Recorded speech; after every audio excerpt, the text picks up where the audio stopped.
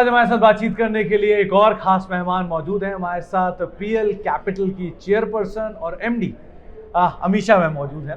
Amisha ma'am नमस्कार, स्वागत है कार्यक्रम में। बहुत कुछ है बात करने के लिए, लेकिन शुरुआत ऑब्वियसली मार्केट से ही होगी।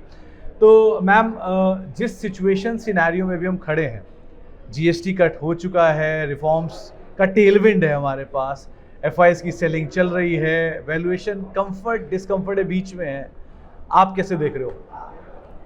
देखिए, मुझे लगता है कि ये ट्रम्प टैरिफ जो आ गया और ज़रूरत से ज़्यादा आ गया, वो डेफिनेटली नेगेटिव है। जॉब क्रिएशन में particularly textile, jewellery, which are large job creating sectors, वहाँ पर तकलीफ होगी। पर उसके साथ जो जीएसटी रिफॉर्म्स आ गया, उससे वाइडर स्केल इकोनॉमी को बहुत बेनिफिट हो जाएगा। ये क्वार्टर ऐसा रहेगा जबकि सब लोग स्टॉक के साथ हैं, जीएसटी रेट घट गए तो वो कैसे बेचे, कैसे ऊपर आए, तो ये क्वार्टरली रिजल्ट्स शायद भी थोड़ा इम्पैक्टेड होगा। पर मुझे लगता है festive season will be a combination जहाँ पर पहले दिए हुए tax cuts, interest rate cuts and now GST cuts all probably should help us fire the demand. And when the earnings visibility starts improving, markets will not look back. Because with market में इतना बड़ा selling आने के बाद भी FIs का जो continuously last 2 साल से चल रहा है, retail financialization, mutual fund SIPs have been able to hold it back so well. इतने बड़े बड़े IPOs आ गए, फिर भी मार्केट बहुत अच्छी तरह से होल्ड कर रहा है। तो what we really need for markets is demand to fire and earnings outlook to improve. तो मैम 50% टैरिफ सबसे ज़्यादा वर्ल्ड में कहीं लगा है तो हम हैं। सो क्या 50% tariff is a new normal for India? 1, 2 if it's not, तो क्या नेगोशिएशन का कुछ चांस है? और 3 कि हम इतने अनसर्टेन सिचुएशन में कि हमें पता ही नहीं कि कल 50 भी 70 हो सकता है या 50 भी 25 हो सकता है, इसको आप कैसे रीड कर रहे हो? I have been a born positive person, obviously, and I feel and I trust our leadership that despite what we are facing right now, very soon they'll find a very win-win and things will start looking very good even on tariff front. तो जो सो फार situation रही है, क्या well negotiated रही है? क्योंकि India as a country का stance tough रहा है बाकी कंट्रीज के कंपैरिजन में। सो ये स्टांस अभी सही ट्रैक पर है? हमारे पास ऐसा कोई नेगोशिएशन और बार्गेनिंग पावर अभी है नहीं, जो शायद चाइना के पास रहा, जो किसी और कंट्रीज के पास है। बार्गेनिंग पावर नहीं है, पर हमारी खुद की डोमेस्टिक इंडस्ट्री की साइज और डिमांड बड़ी है। तो मुझे लगता है कि that itself is a bargaining power for us, because they also need us for their defence industry, their other industries. हमने वो डायरेक्शन में अभी गए नहीं है, क्योंकि हम भी देख रहे हैं कि ये इम्प्रूव हो जाए। तो मैं अभी भी होपफुल कैटेगरीज में हूँ कि जहाँ पर इसका रिजोल्यूशन पॉजिटिवली हो जाए। तो मैम Q1 के नंबर्स हो चुके हैं, मार्केट ने एक साइजेबल करेक्शन भी ले लिया है। अभी क्या जो मिड कैप स्मॉल कैप है कंफर्टेबल स्टेट पर हैं कि यहाँ से मतलब एंटर किया जा सकता है, या अभी भी कुछ फ्रॉथ बाकी है इस स्पेस में जो और सेटल होनी चाहिए? नहीं, मुझे देखिए, इंडिया में ना जो मिड कैप स्मॉल कैप में जो फ्यू सेक्टर्स हैं, जैसे हम हॉस्पिटल सेक्टर देख लें, होटल सेक्टर देख लें, डिफेंस देख लें, रेलवेज देख लें, एंड पीछे पीछे BESS और अदर देख लें, तो ये सब सेक्टर में अभी भी demand growth, earning specifically strong है।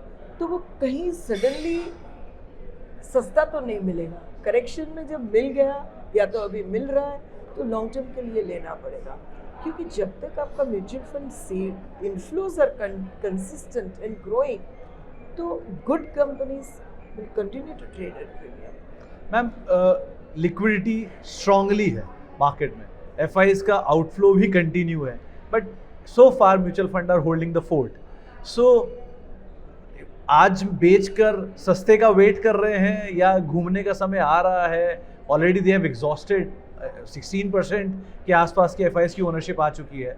सो लग रहा है कि अब वो एग्जॉस्ट साइड पर आ रहे हैं और यहाँ से शायद और एफआई सेलिंग ना रहे या उतनी इंटेंसिटी की ना रहे।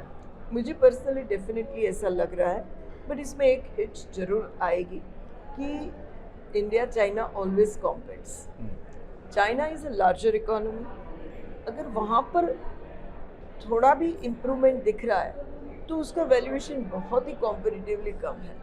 तो ग्लोबल फ्लोज तो डोमेस्टिक मार्केट से इमर्जिंग मार्केट्स पर डेफिनेटली शिफ्ट होंगे because of our belief in dollar value continue to depreciate. But कितना शेयर इंडिया को मिलेगा और कितना शेयर चाइना को जाएगा, that needs to be seen. Long term potential of India because of its stable policy regime and because of its demography is the best that everybody acknowledges. But all money is not long term. They also have their quarterly or yearly targets. So some money might just still go to China, but at least I feel as the rupee dollar or the currency risk starts subsiding, the outflow from India should substantially come down. तो ma'am India की markets, India as a country among all Asian peers या global peers किस side पर अभी आप मान रहे हो? महंगा साइड पर, सस्ता साइड पर, एवरेज साइड पर? नहीं, हम एवरेज भी नहीं है, सस्ता तो है ही नहीं। डेफिनेटली हम हमारी 10 ईयर एवरेज के करीब है। हाँ, बट हम हमेशा 10 ईयर से प्रीमियम ही रहे हैं। एग्री। तो अब महंगे तो हैं, पर हम सस्ते हो जाएंगे ऐसा मुझे नहीं लगता। तो इंडिया में तो आना पड़ेगा तो थोड़े कॉस्टली वैल्यूएशन पर ही आना पड़ेगा, ऐसा मेरा। इंडिया हमेशा प्राइस ही रहेगा। प्राइस ही रहेगा। अच्छा मैम, एक चीज़ और, क्योंकि जीएसटी रिफॉर्म्स और फेस्टिव सीजन क्लब हुआ है, आपका एक बड़ा रिफॉर्म होकर गया और आप सामने फेस्टिव है, अर्ली फेस्टिव सीजन है, मॉनसून भी बहुत अच्छा रहा है। सो जो एक्चुअल डोमेस्टिक कंजम्पशन पावर है, क्या वो अब second half of the year specially Q3 onwards हम नंबर्स में देखेंगे? मुझे डेफिनेटली ऐसा लग रहा है कि we will see the revival and first quarter में भी हम थोड़ा देख पाए। ये क्वार्टर मुझे लगता है because of the change in the rates it could be little subdued and also always monsoon is subdued, but festive season could be really good is the kind of inclination that I am also getting while talking to the industry and I am also very hopeful about it. Ma'am, sustainability obviously एक emerging space है। आज conference में भी अभी बात हो रही थी, बहुत सारे जानकारों ने इसकी ग्रोथ की बातचीत की। Sustainability of energy, fuel, capital is very important. So क्या की टेक अवेज इससे हम लें एक, and where are we how about this sector, because ये एक बडिंग सेक्टर भी है, इमर्जिंग भी है और बड़ा कैपिटल आउटफ्लो इनफ्लो आना भी है। So how we see this sector? देखिए, सस्टेनेबिलिटी जो हम सेक्टर ऐसे बात कर रहे हैं, तो इंडिया की इन्वेस्टमेंट्स सोलर और विंड में सब्सटेंशियल हुई है लास्ट डिकेड में, बट मुझे लगता है that is not still enough. Demand is going to be so huge and the more sectors will get added. So wind and solar will progress, but उसके पीछे हम सेल तक भी पहुंच जाएंगे, उसके आगे हम स्टोरेज पर भी चले जाएंगे। तो the sector will continue to grow and with the support of this and the EV charging, the EV as a space will keep getting and gaining market share because जब उसकी कॉस्ट कम हो जाती है तो उसकी एक्सेप्टेबिलिटी बढ़ जाती है। तो मुझे लगता है कि ये जो दोनों सेक्टर हैं वो they will continue to lead the charge, and ये जरूरी खाली हमें प्लानिट के लिए नहीं है पर अपनी जियोपॉलिटिकल स्टेबिलिटी के लिए भी है कि gradually we have to reduce our dependence on imported oil and we have to be more and more reliant on our self-generated energy sources. Ma'am, जो जितना भी सस्टेनेबिलिटी के ऊपर हम कामकाज कर रहे हैं, कई बड़ी कंपनियां, बड़े ग्रुप्स ऑलरेडी इन्वेस्टमेंट कर रहे हैं, चाहे ग्रीन हाइड्रोजन हो, सोलर हो, पावर हो। सो गोइंग फॉरवर्ड क्या मिड कैप या स्मॉल कैप, कई बहुत छोटी छोटी स्टार्टअप्स वो इस पे काम कर रही हैं। सो इनमें क्या पॉसिबिलिटीज गोइंग फॉरवर्ड दिख रही है आपको? देखिए, जैसे आपने लार्ज कंपनी में बोला, तो we have already founded as कि सोलार पावर आज ₹2.5 में मिलता है। सो अगर आप सोलार पावर्ड डेटा सेंटर बना दो तो वो डेटा सेंटर भी कॉस्ट इफेक्टिव हो जाता है। Some of the large global clients like Google, etc., have now tied up for their data centers with Adani because they make the solar power at the very cost-effective rates. Going forward, जैसे आप small cap तक में नीचे तक एक लेकर जाओ टेल में, तो there is a listed company called EFC, one of their group companies which is still unlisted, but they are putting up with Chinese technology, data centers which are containerized and BESS. So, you know, even in that, this must be what, about 500 to 1000 crore kind of a market cap level. So this segment is spread across from the largest corporates who are taking their bets to the small and mid caps who are also taking their bets. तो ma'am आपने old school economy stocks से लेके new emerging stock themes तक देख लिया। हमने एक time पर वो भी बात किया था कि कभी ऑयल, डेटा, देन अब हम आ गए ग्रीन एनर्जी पे, BESS पे। So how we take forward about it, मतलब कभी हमने सोचा नहीं था कि कोई लॉस मेकिंग कंपनी निफ्टी का हिस्सा बन जाएगी over a period of time, और वो भी 15 साल पहले इसकी शुरुआत हुई हो। सो ये old school versus new school, ये कैसे बैलेंस किया जाए? With large market share, the unit economics, as we all know, is working, but it is because of the growth that sometimes they are not making money. So markets have matured to the level of understanding and cultivating this patience. Nifty company बन गई, उसका मतलब है हर mutual fund में ये जाएगा, और हर म्यूचुअल फंड ये सस्टेन लॉन्ग टर्म विजन देखने को रेडी हो गया, though their investors are looking at daily, quarterly, yearly NAVs. Agree. तो मैम बड़ी डिबेट है वैल्यू वर्सेस ग्रोथ, आप किस साइड पे जाओगे, वैल्यू साइड पे कि ग्रोथ साइड पे? क्योंकि बहुत सारी कंपनियां हैं उनमें ग्रोथ ऐसी है कि उनको बाजार 700, 800 का मल्टीपल भी देता है। कई कंपनियां जो ओल्ड स्कूल हैं 20 का मल्टीपल भी मिल रहा है, लेकिन उन्हें कोई पूछ नहीं रहा। सो ये कैसे देखा जाए, value versus growth? I am a hardcore growth investor, so for my any investments recommendation or investments, I definitely look at, is it going to have a market beating growth? Market beating growth, sustainable, and a big opportunity. You will rarely get it at market lower than market valuations. Agree. Then that is a very unusual some situation, and market intelligence is not so sharp.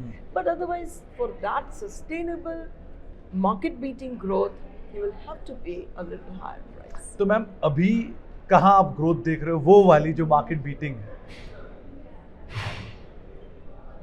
From different investors and basis their different risk taking capability it will differ, but I think that on a very top level, if Nifty growth is going to be around say 12 to 14%, all those which are about 20% kind of a growth sustaining over at least 3 to 5 years will qualify in that market beating growth trajectory. So on a very sustainable basis, say a sector like hospital will still continue to place into that. Defense will still continue to be in that bucket. But there are companies from consumption space which will now get a larger boost. And there the growth had slowed down substantially over the last 2 to 3 years. So from 2 to 3 years perspective, I think this bucket will bounce back. And where the holding across the investors as well as valuations are not that skyrocketing, because at this juncture, people yet want to see whether the growth expected is materializing. Is it getting delayed by a quarter or two? So in that period, if you sit tight on that sectors, that will be very nice. Ma'am last two, एक 4 करोड़ उससे भी कम number से आप देख रहे हो equity investors का base बढ़ते हुए 20 करोड़ पहुंच गया। AUM का मतलब SIP का नंबर 28,000 करोड़ का हम देख रहे हैं। फाइनेंशियल लिटरेसी इस स्केल तक तो आ गई है, अब यहाँ से कहाँ? देखिए, अगर आप mutual fund to GDP ratios देखेंगे, India is still at the bottom, and we are not at a multiple of our GDP. We are at a fraction of our GDP. So it is a long way to go. I don't think, because as the industry matures, somebody starts their SIP at 5,000 rupees, but he progresses. So his 5,000 rupees SIP is tomorrow, after 2 years, is going to become 10,000 rupees because he is also growing. So this virtuous cycle, I don't think is at a place where it is less growth. I think it is still going to explode. And ma'am lastly बहुत ही hypothetical है और बहुत ही गलत अलग scenario में है, क्या Indian markets अपने ऑल टाइम हाइज हिट करेंगे? If yes, any targets you think कि एक साल में हम देख सकते हैं सेंसेक्स या निफ्टी में? हाँ, I firmly believe in next 12 months we'll cross our all time. So we will see a new all time high in next 12 months. आप इस सिनेरियो में एक्सपेक्ट कर रहे हो? Yes. Very nice ma'am. तो आप सुन लीजिए था मीशा मैम को और उनका व्यू मार्केट्स को लेकर भी और बाकी चीज़ों को लेकर भी. और बहुत बहुत शुक्रिया मैम, आज लंबा दिन है आपका, मुझे पता है, और उसके बीच आपने समय निकाला, हमसे बातचीत की. बहुत बहुत शुक्रिया मैम आपका समय देने के लिए, हमसे बातचीत करने के लिए. Thank you so much.